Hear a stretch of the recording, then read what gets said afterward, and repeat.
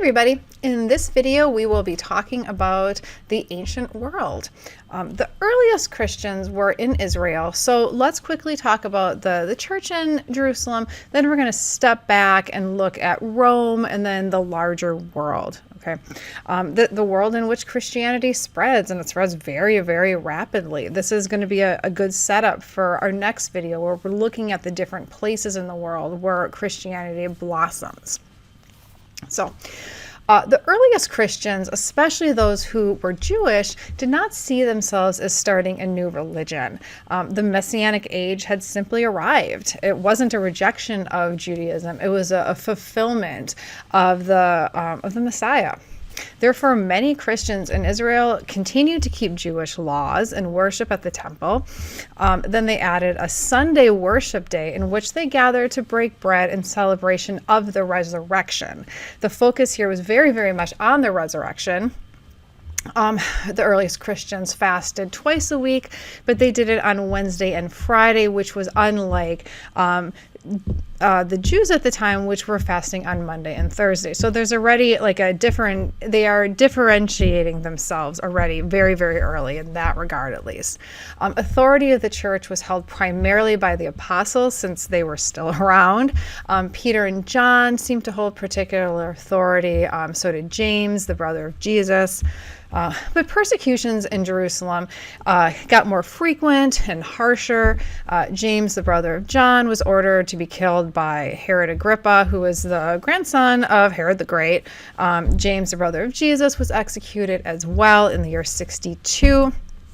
So soon leaders in the Christian community decided to move out of Jerusalem to Pella, which was beyond the Jordan River. And this seemed to be prompted from kind of persecutions coming from various places, okay?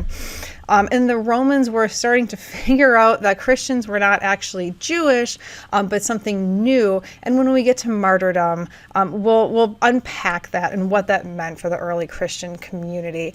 Kind of meanwhile, the relationship between Israel and Rome was deteriorating really, really rapidly. And by the year 66 AD, it's the Great Jewish War, where Israel revolts against, this tyrannical Roman rule, and Rome crushes them. Okay, the temple falls in 70 AD. It's the end of the temple system. So Judaism changes fundamentally from that point forward. But this also has some pretty serious consequences for Christianity as well. Now, as far as we know, Jesus lived his entire life in Israel, but he was a part of a much larger world, okay? So there's kind of four major civilizations during the time of Christ. The Greco-Roman civilization was the center of the most significant Christian spread, and so I'm going to start there, but then we're going to look at some of these other civilizations as well. So let's start with Rome, the location of the earliest and the most rapid Christian spread. Okay, so Rome. I think this is a really good time to remind everybody that this is not European Christianity, okay? Many of the earliest theologians and church practices come out of North Africa, Asia Minor, the Middle East, okay? We will talk about how Christianity kind of moves north later. That's not what's happening here, all right? It's very, very much around the Mediterranean basin, okay? So, Christianity was born in Israel, which was an occupied territory in the Roman Empire. Of course, it expands quickly.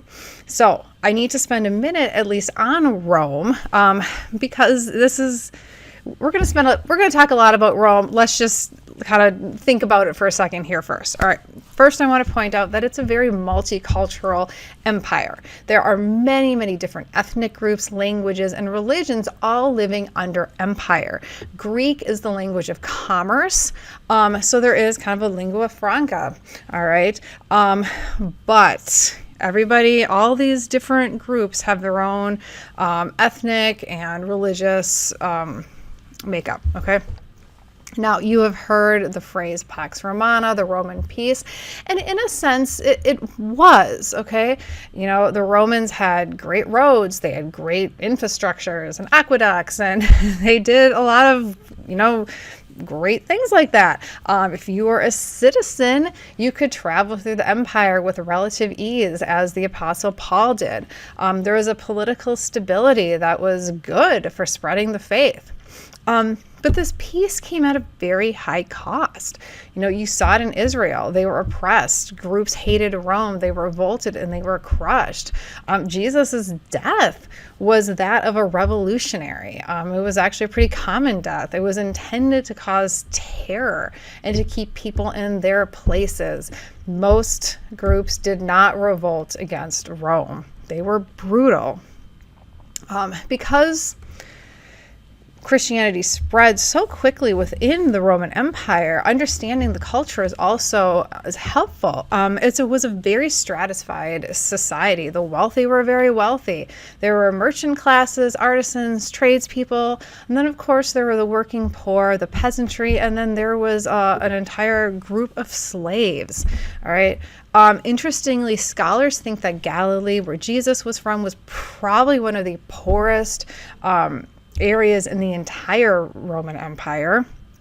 Okay, Rome was a patriarchal society. The paterfamilias, or the kind of the father, grandfather in the family, had incredible authority over his wife and children. Okay. The upper classes were very well educated, both boys and girls. It's not as well known how lower members of kind of poorer classes were educated. Though some scholars will argue that everyone at least had some level of like being able to count or read very basic words. Girls married very young. If you were kind of in the aristocracy, they would have married by their early teens, the rest probably by mid-teens, and they generally had very little choice. Divorce was very common amongst the nobility, but less so with the more working classes. Now, this is going to shock you. Life expectancy was 25 years. Okay, that's it. For a female slave, it was less than 18 years. Okay, it was a rough time to be alive in many ways. Okay, so by the time of Jesus, the population of Rome was actually in decline, and the government was encouraging women to have more children and discouraging people from divorcing and hoping to kind of bolster up the population.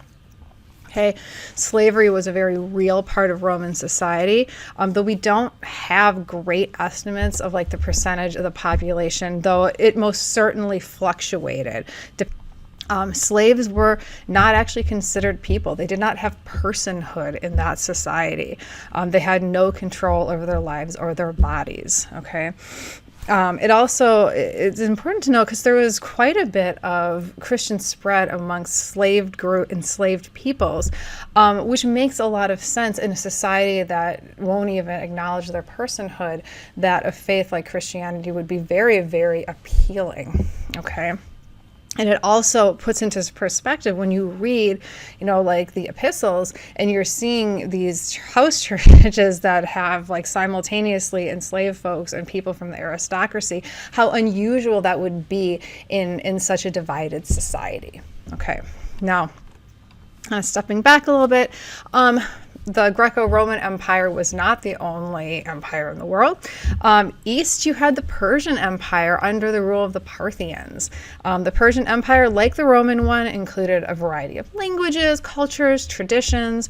We're going to spend a little time in Persia in the upcoming weeks. Their major religion was Zoroastrianism, which was a dualistic religion, though other religions were largely tolerated. When you get the big persecutions of the Christians in Rome, it's actually a time of relative peace in Persia for them. Okay, in the Indian subcontinent and other areas of South Asia, the Indian civilization was dominant, and you have Hinduism, Jainism, and Buddhism, which were all popular religions at the time.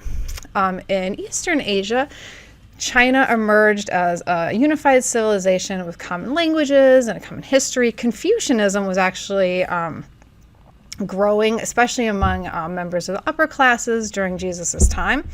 And culturally, all four of these ancient civilizations had robust urban centers, rich literary traditions, deep religious roots, and then outside these four major civilizations, there's so many other, cultures, kingdoms, tribes, and faith making up a very diverse world. These societies are probably more connected than you would assume. There is transference of ideas and religions, and we have proof of this. Roman coins have been found as far north as Scandinavia and as far south as Uganda. Okay, there was travel, there was interaction between cultures. All right, I'm going to wrap this video up here, and in the next one, we are going to talk about expansion.